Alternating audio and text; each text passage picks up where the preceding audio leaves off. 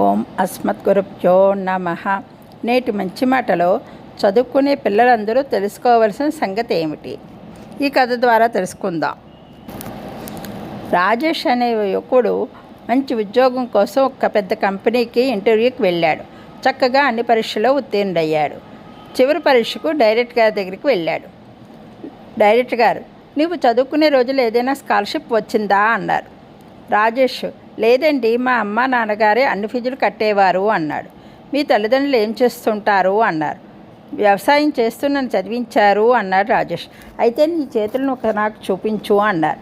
రాజేష్ తన చేతులను చూపించాడు. అవి చాలా సున్నితంగా, నాజుకుగా, శుతిమెత్తగా ఉన్నాయి. నువ్వు ఎప్పుడైనా నీ తల్లిదండ్రులకు వారు చేసే పనిలో సహాయపడ్డావా అన్నారు.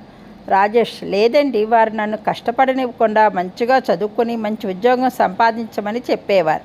నేను అలాగే చేశాను అన్నాడు. నిజంగా నువ్వు ఈ ఉద్యోగానికి అన్ని అర్హతలు ఉన్నవాడివి.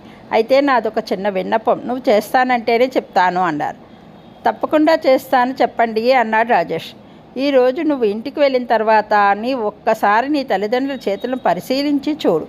ఆ తర్వాత మీ తల్లిదండ్రులకు 3 రోజులు విరామం ఇచ్చి వారు చేసే పనిని నీవు సరిగ్గా 3 రోజులు చేసిరా. తప్పకుండా నువ్వు ఈ ఉద్యోగంలో చేరవచ్చు అన్నారు.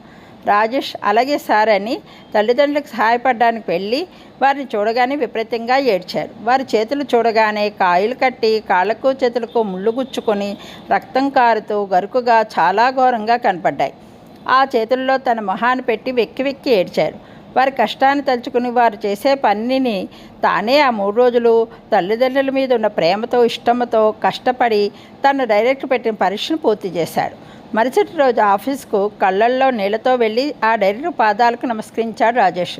మీరు నా కళ్ళు తెరిపించారు సార్. నా తల్లిదండ్రుల కష్టాన్ని నాకు కళ్ళకు కట్టినట్లు చూపించారు.